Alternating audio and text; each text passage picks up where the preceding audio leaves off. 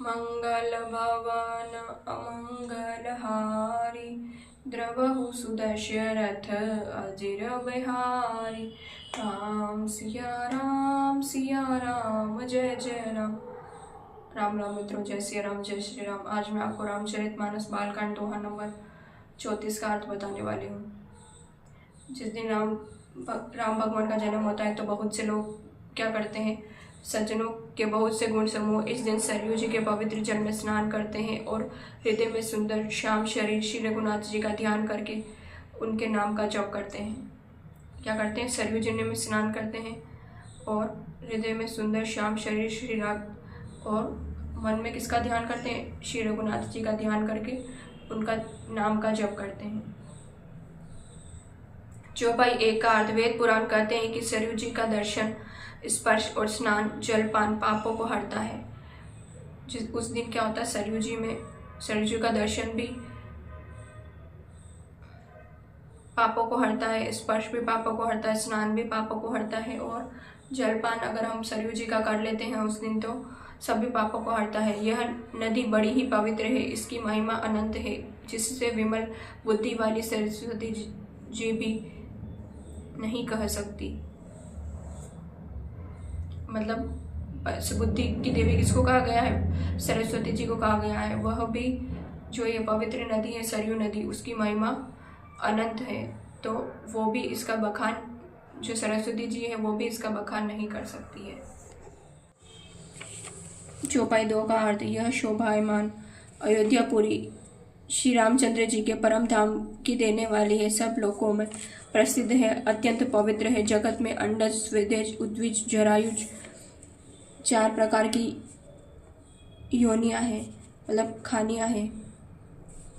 वे अनंत जीव है। इसमें से जो कोई भी अयोध्या जी में शरीर छोड़ते हैं वे फिर संसार में नहीं आते हैं, जन्म मृत्यु के चक्कर से छूटकर भगवान के परम धाम में निवास करते हैं। चौपाई 3 का अर्थ।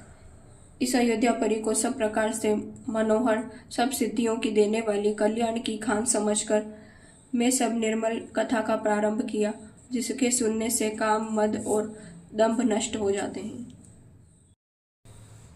चौपाई 4 का अर्थ। इसका नाम रामचरितमानस है, जिसके कानों से सुनते ही शांति मिलती है। मन रूपी हाथी विषय रूपी दावानल में जल रहा है, वह यदि रामचरितमानस रूपी सरोवर में आ पड़े तो सुखी हो जाए।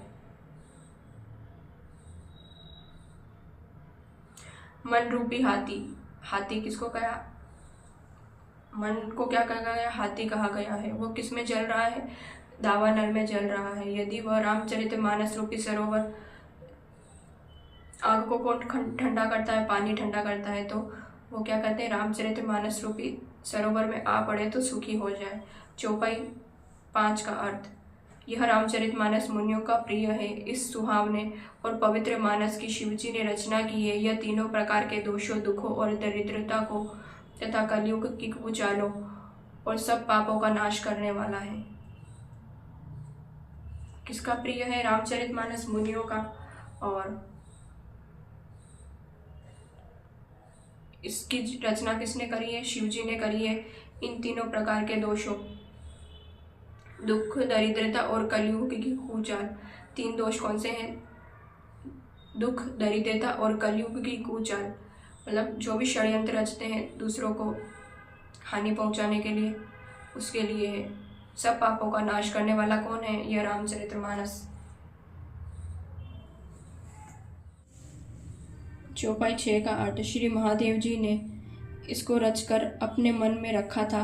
सुअवसर पाकर पार्वती जी को कहा, इसी से शिव जी ने इसको अपने हृदय में देखकर प्रसन्न होकर उसका सुंदर रामचरितमानस नाम रखा।